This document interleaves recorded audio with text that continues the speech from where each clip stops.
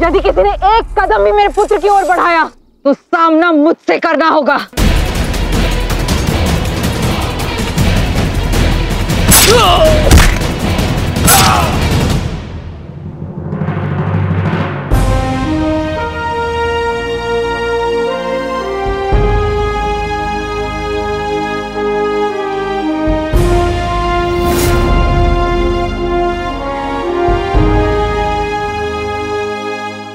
आप सब हमारे आगे यूं झुक क्यों रहे हैं?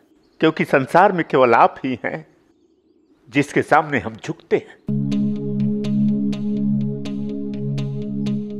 वर्षों से एक आशा थी, एक प्रतीक्षा थी कि कब हमें हमारी महारानी और राजकुमार चंद्रगुप्त मौर्य के दर्शन होंगे। अपराध क्षमा करें, राजकुमार पर आक्रमण करने की हमने भूल की।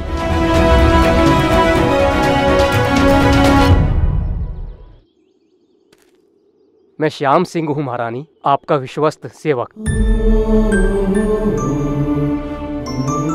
सब पीपली वन के लोग हैं।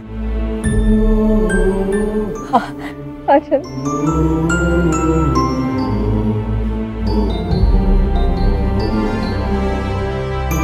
मुझे विश्वास ही नहीं हो रहा। विश्वास तो हमें भी नहीं हो रहा कि मैं अपनी महारानी और कुमार को इस जन्म में देख पा रहा हूँ। ये स्वप्न तो नहीं है महाराज? स्वप्न सत्य हो रहा है श्याम सिंह। ईश्वर का धन्यवाद है कि आप सब सकुशल हो। हम कुशल से हैं महारानी, लेकिन पिपली वन एक सोच बनकर रह गया है। धनानंद के आक्रमण ने हमारा सब कुछ छीन लिया। इस वन में रहकर हम प्रतिदिन केवल जीवित रहने का प्रयास कर रहे हैं।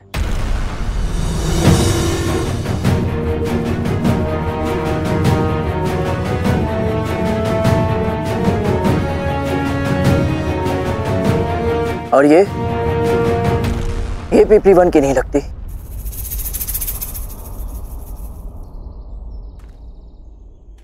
कौन है ये? इनके कारण हम जीवित हैं। जब धनानंद ने पिपली वन पर आक्रमण किया था तो इन्होंने उस दुष्ट के प्रकोप से हमें बचाया था।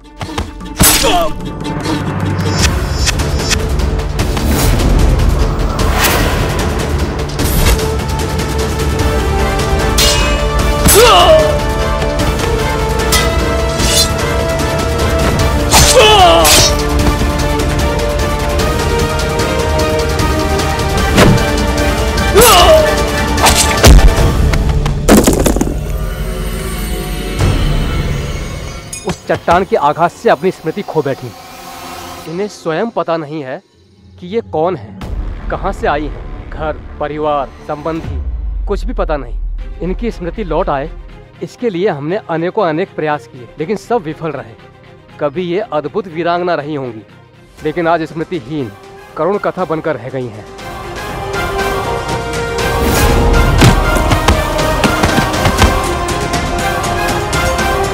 तुमने हमारी प्रजा की रक्षा की, इसके लिए मैं तुम्हारी आभारी हूँ।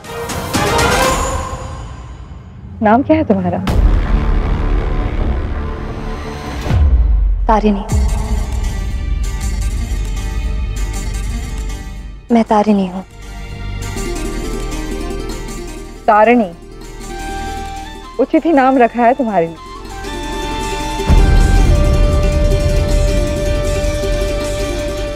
मेरे पीपली वन की प्रजा, आज से, अभी से आपकी सारी कठिनाइयां टल गई, आपके सारे संघर्ष पूर्ण हुए, क्योंकि आज महाराज चंद्रवर्धन का पुत्र राजकुमार चंद्रगुप्त मौर्य लौट आया है। अपनी जन्मभूमि को धनानंद से मुक्त करवाने, पीपली वन को उसका खोया हुआ अस्तित्व और वर्चस्व पुनः लौटाने।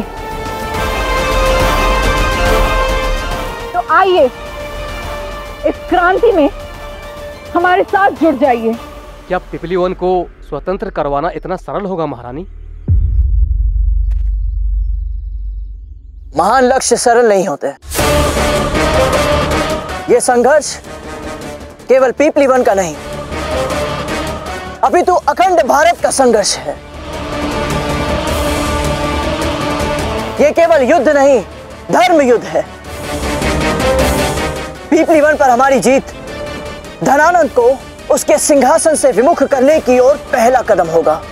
ये जीत हमें एक ऐसा भारत देगी जिसमें धनानंद जैसा क्रूर शासक का कोई स्थान नहीं होगा।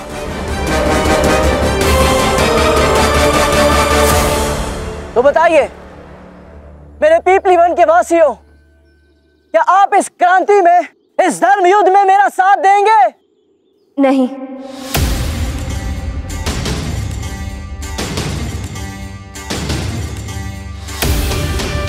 काका, हम लोग पीपली वन नहीं जाएंगे। मैं वन छोड़कर कहीं नहीं जाऊंगी। किंतु तारिणी, अब हमारी महारानी और राजकुमार लौट आए। वो हमारे लिए हमारी धरती को पुनः जीत लेंगे। फिर हम आश्रितों की भांति क्यों जिएं? ये कैसे सुनिश्चित किया जा सकता है कि जीत हमारी ही होगी? क्या आपको इन पर पूर्ण विश्वास है? काका, हम आज तक इस वन में शांतिपूर्वक जीते आए हैं, भविष्य में भी जी लेंगे। अब हमें कोई संकट मोल लेने की आवश्यकता नहीं है। ठीक है तारिणी, यदि तुम्हारी यही इच्छा है तो यही सही। महारानी मूरा, जहां तक तारिणी का आदेश होगा और जहां तक ये सहज अनुभव करेंगी, हम वहीं तक आपका साथ देंगे। उचित है, मैं समझ सकती हूँ।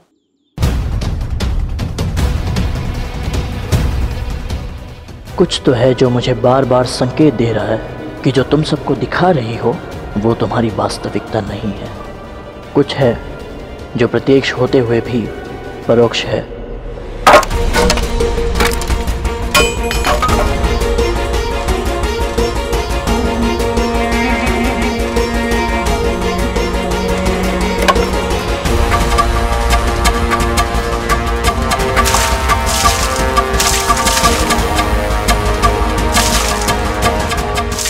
महिम, आप ये क्या कर रहे हैं? स्वयं को संभालिए भ्राता, हम दुर्धरा को अवश्य ही ढूंढ लेंगे। आप यूं उत्तेजित होकर कोई निर्णय ना लें। ये चिता मैं अपने लिए नहीं, उस तिल चट्टे के लिए सजा रहा हूं, मूर्ख जैश। चंद्रगुप्त के लिए? हाँ, उस चंद्रगुप्त ने मेरी बहन का हृदय मोह लिया। मेरी बहन उसके लिए गहरी नदी में कूद पड़ी, घने वन में भटक रही है। उस दुष्ट के लिए मेरी बहन ने मेरे साथ इतनी बार विश्वासघात किया, तो इतने महान व्यक्ति के लिए एक उचित अंतिम संस्कार आयोजित अवश्य होना चाहिए। मां महिम, परंतु चंद्रगुप्त के लिए जब भी हमने जाल बिछाया वो किसी न किसी प्रकार से उसमें से निकल आया। इसलिए उसके अंतिम संस्कार से पूर्व हमें एक जटिल योजना सोचनी होगी, एक ऐसी योजना जिससे वो अपने मृत्यु से भाग ना सके। आप जिस योजना के विषय में सोच रहे हैं वो योजना आरंभ हो चुकी है महामात्य, और शीघ्र ही वो अपनी गति भी पकड़ लेगी। अर्थात उस चंद्रगुप्त की जीत और प्रसन्नता के भाग में मेरा एक विषैला कुकुरमुत्ता पनप रहा है, जो धीरे धीरे अपनी जड़ें प्रबल करेगा और उस चंद्रगुप्त को इस चिता तक लेकर आएगा। मेरा वही कुकुरमुत्ता उसकी मृत्यु का कारण बनेगा।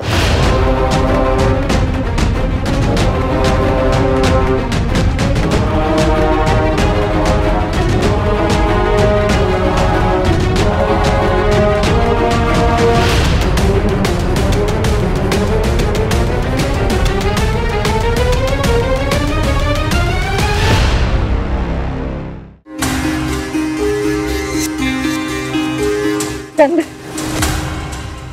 मैं तुम्हें बता नहीं सकती आज अपनी प्रजा को यूं जीवित और सकुशल देखकर और उन्हें अपने हाथों से भोजन करवाकर मैं कितनी अभिभूत हूँ। इतने वर्षों से हमारी ये निर्दोष प्रजा छोटी छोटी आवश्यकताओं के लिए तरसती रही, विषम से विषम परिस्थितियों को हराकर जीवित रही। जानता हूं माँ, इनकी सभी कठिनाइयों का आभास है मुझे, किंतु आप चिंता ना करें, शीघ्र ही इन सभी के पास केवल अच्छा भोजन ही बल्कि रहने के लिए अपना घर भी होगा। अपने ही राज्य में ये सभी अपनी धरती के स्वयं स्वामी भी होंगे। किसी भी युद्ध में विजय पाना इतना सरल नहीं होता चंद्रगुप्त। मैं मानता हूं कि पवन का वेग बदल रहा है, परंतु इस युद्ध में पलड़ा अभी भी धनानंद का ही भारी है। और अभी इस समय जब हम ये वार्तालाप कर रहे हैं, धनानंद हमारे को क्षति पहुंचाने के लिए एक अन्य योजना बना रहा होगा। इसलिए इन परिस्थितियों में यदि हमें अखंड भारत का निर्माण करना है और पीपली वन पर विजय प्राप्त करनी है, तो हमें भी एक सशक्त योजना की आवश्यकता होगी। मैंने पहले ही एक योजना के विषय में सोच लिया आचार्य। आइए मेरे साथ।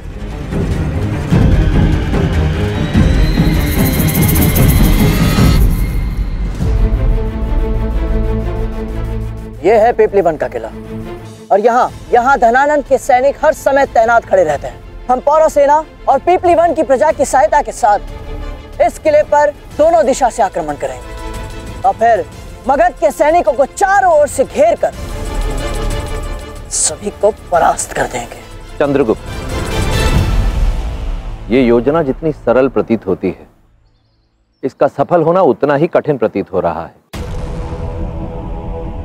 तुम्हें क्या लगता है, केवल इस एक सैन्य टुकड़ी को परास्त करने से हम धनानंद की उस विशाल सेना को भी परास्त कर पाएंगे?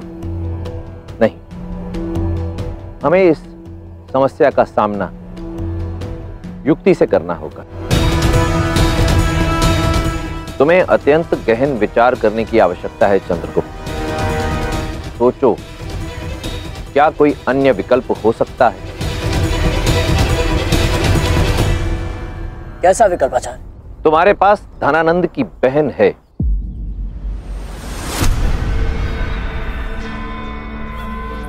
और अब तुम क्षत्रिय गौरव को पुनः स्थापित करना चाहते हो। तुम धनानंद पर एक के पश्चात एक प्रहार किए जा रहे हो, उसके अहम को चोट पहुंचा रहे हो। तुम्हें क्या लगता है वो मूक दर्शक बनकर मौन बैठा रहेगा, कोई प्रतिक्रिया नहीं करेगा? मैं समझ रहा हूं आचार्य आप क्या कहना चाह रहे हैं, किंतु अब तक उसकी ओर से कोई प्रतिक्रिया भी तो नहीं आई। ये मौन, ये शांति चक्रवात के आने से पहले की शांति है। जब धनानंद अपना ये मौन तोड़ेगा तो न जाने हमारे लिए कौन सी नई संकट, नई विपदा लेकर आएगा। ऐसे में आपका क्या प्रस्ताव है आचार्य? हमें आगे कैसे बढ़ना चाहिए? महारानी, मेरे पास धनानंद के प्रत्येक वारों और प्रहारों का एक तोड़ है। कैसा तोड़ आचार्य? तुम्हें धनानंद की बहन दुर्धरा से विवाह करना होगा। क्या? दुर्धरा से विवाह? हाँ, दुर्धरा से विवाह। यदि तुम धनानंद के साथ हुई आज तक की सभी घटनाओं का सूक्ष्मता से विश्लेषण करोगे तो केवल एक ही निष्कर्ष निकलेगा। बात जब दुर्धरा पर आती है तो महाबली मगधपति सम्राट धनानंद हाथ में शस्त्र होते हुए भी निरस्त्र हो जाता है, असहाय हो जाता है। ऐसा समझ लो चंद्रगुप्त कि आज तुम्हारे परम शत्रु की दुखती रग तुम्हारे हाथ में आ गई। संसार में केवल दुर्धरा ही ऐसी है जिसके लिए वो कुछ भी कर सकता है। यदि तुम दुर्धरा को एक अस्त्र की भांति प्रयोग करो तो इस युद्ध का परिणाम ही बदल सकते हो। धनानंद को जैसे चाहे वैसे उपयोग करके तुम अखंड भारत के स्वप्न को साकार कर पाओगे।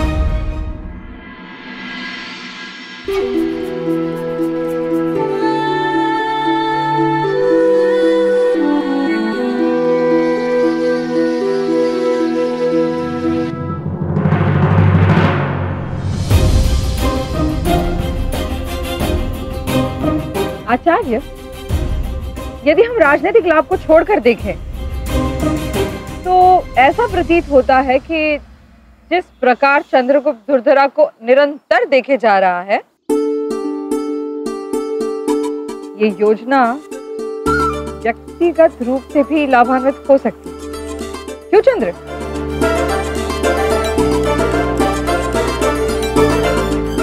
राजनीतिक हो या व्यक्तिगत लाभ, मैं तब तक इस योजना को आरंभ नहीं करूंगा जब तक इसमें दुर्धरा की सहमति ना हो।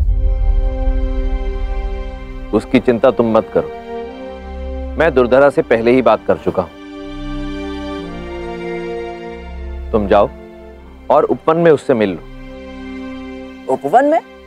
आचार्य, दुर्धरा तो यही है, देखिए।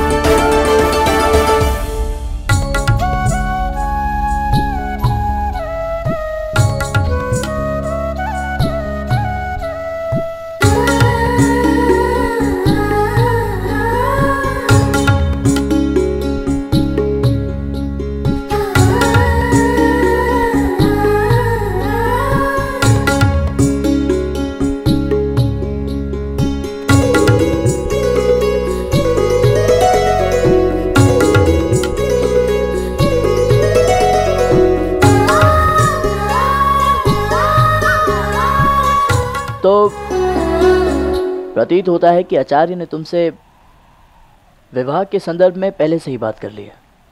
हाँ, बात तो कर ली है। तो यहाँ मैं तुमसे ये कहने के लिए आया हूँ कि यदि तुम्हारी सहमति इसमें नहीं है तो तुम स्पष्ट रूप से ना कह सकती हो। केवल अखंड भारत के लक्ष्य के प्रति अपनी विश्वसनीयता और निष्ठा के प्रमाण के लिए तुम्हें ये सब करने की कोई आवश्यकता नहीं है, क्योंकि मुझे तुम पर विश्वास है।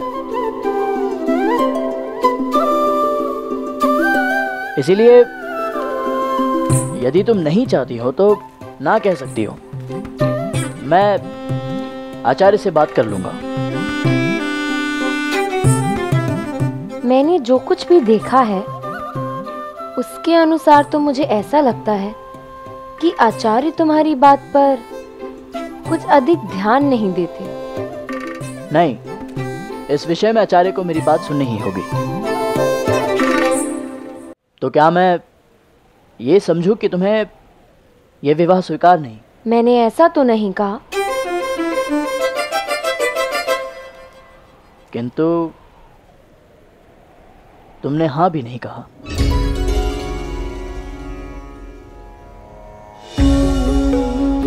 गत 5 वर्षों में जब भी मैं वास्तविक रूप से प्रसन्न हुई हूँ या मुझे आत्म शांति मिली है तो वो केवल उन क्षणों में मिली है जो मैंने तुम्हारे साथ व्यतीत की है। जब जब वर्षा हुई तब तब मैंने यही सोचा कि काश ये बूंदे हम एक साथ अपनी हथेलियों पर चुनते।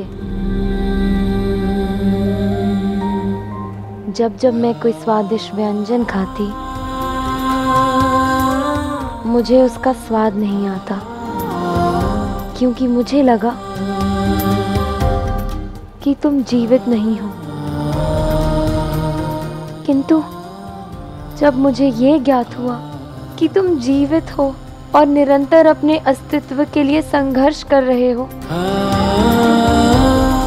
मेरी दुनिया ही बदल गई। हर पुष्प में मुझे रंग दिखने लगे, हर वस्तु मुझे मीठी लगने लगी।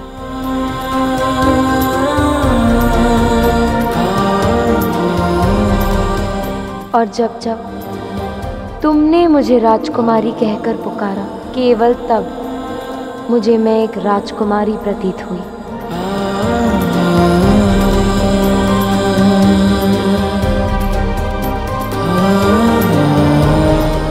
तो क्या ये तुम्हारी हाँ है राजकुमारी?